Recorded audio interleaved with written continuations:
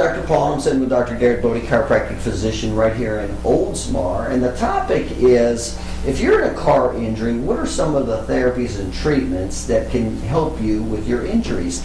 And so, Dr. Bode, when you treat patients in car injuries, help me with the case. What exactly is your objective, and what are you trying to do with them with their health? Anytime someone's in an auto accident, they come in, they're going to typically have injuries to multiple areas of the body. And that's one of the things that makes auto accidents a little more difficult. It's not just one area of the body. But typically when they come in, our goal is to get them as close, if not better, than they were before this accident even occurred. Right, okay. Now, when they first come in and they have a lot of pain, etc., what's your objective and what kind of therapies would you do to help them? The first stage of care is always take away the pain.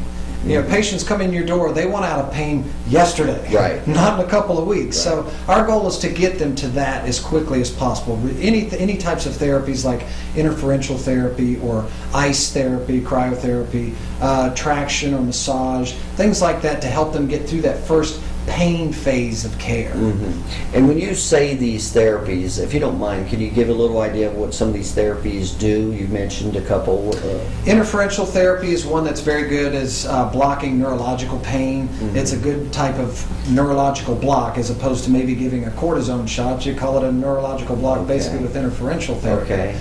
We can do some intersegmental traction, which begins to separate or open up the spaces and stretch out some of the muscles and ligaments of the spine. Mm-hmm. You know, the body's first reaction to trauma is to tighten up. So we want to try to start to loosen up, release that tension and tightness by, like I said, the intersegmental traction, or even another therapy, massage therapy. Mm-hmm. And in utilizing that massage, she's able to go in there and really get a good stretch in there, reduce muscle spasms, increase blood flow, and decrease the pain that the patient is having. So you talked about helping decreasing the pain with massage, with interferential current.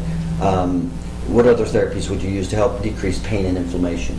Some of the other things we may use are going to be something like electric muscle stimulation. What's that do? Electric muscle stimulation is a type of therapy that you'll put onto the muscles of the spine, mm-hmm, to alleviate and help to oxygenate the muscle. Anytime you force oxygen into a muscle, it speeds the healing, mm-hmm, reduces the inflammatory phase, mm-hmm, and gets the patient headed back towards a recovery phase. Mm-hmm. The other thing that we do with all of our patients is chiropractic adjustments. Mm-hmm. By realigning these misalignments or bones that have gotten shifted out of its proper position in reference to the bones above and below it, when that bone goes out of place, it's irritating your central nervous system. Mm-hmm. Your central nervous system controls every single solitary function in your body. Heart, lungs, liver, kidneys, muscles, ligaments, and tendons. If those things aren't functioning properly, your whole body isn't going to function properly. Mm-hmm. So our goal is to get that part functioning as quickly as possible, because guess what else that it controls?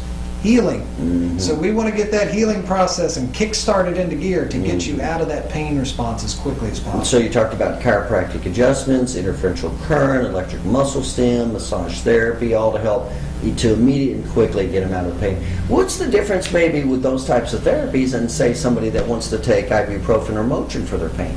Well, those Motrin and ibuprofen will help. It'll help to reduce pain.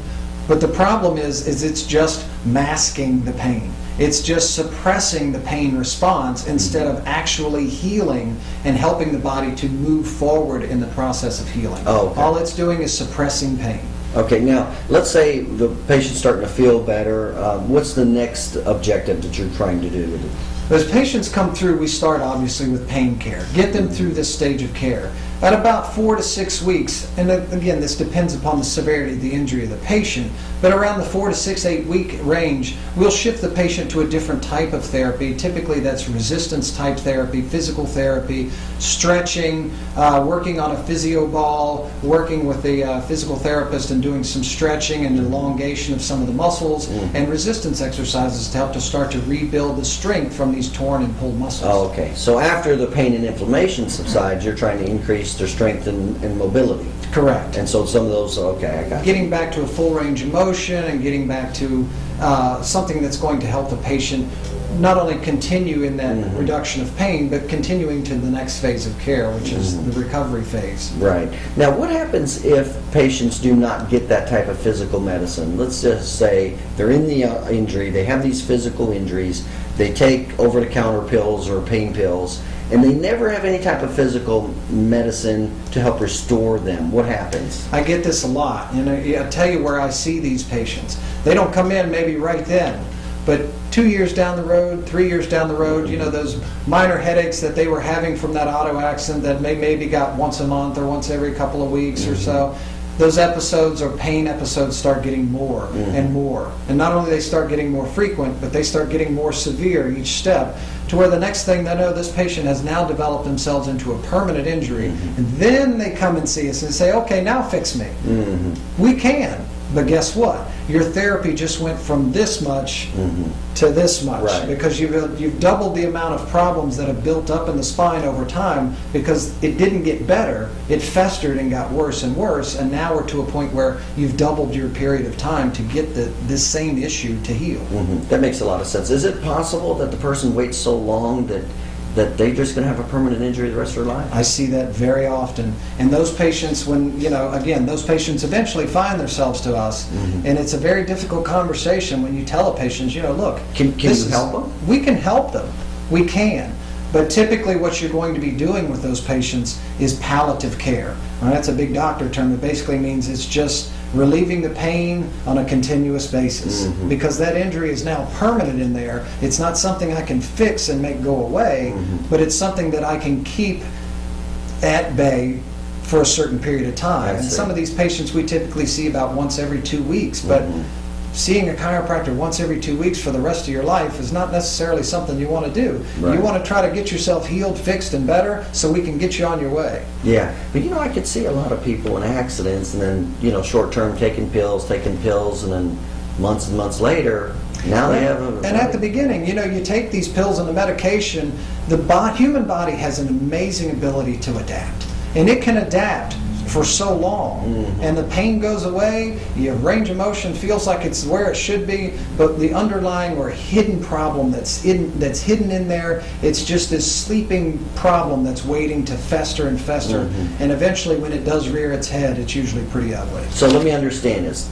Try to get the therapy, physical medicine as quickly as possible. If you can't, limit any medication you do take, because that can lead to possibly permanent problems down the road. Patients are taking pain medication. They're suppressing their body's ability to tell them what they should or should not be doing. Pain is what tells you, ouch. That's your body saying, ouch, you're making this problem worse. So please stop. And if you're taking pain medication, you can't hear your body talking to you. So Right. you're making that problem worse and putting yourself right down that path. And they have a better chance of having 100% coverage the earlier they're seen. Absolutely. The Okay. quicker you get into our office, the better your chances are of being as close to or even better than that pre-accident Okay. status. And if you wait too long, sometimes you can have a permanent injury, but you can still help them, but never get them totally back to normal. Correct. All these are fair statements. Correct. Okay, good. All right.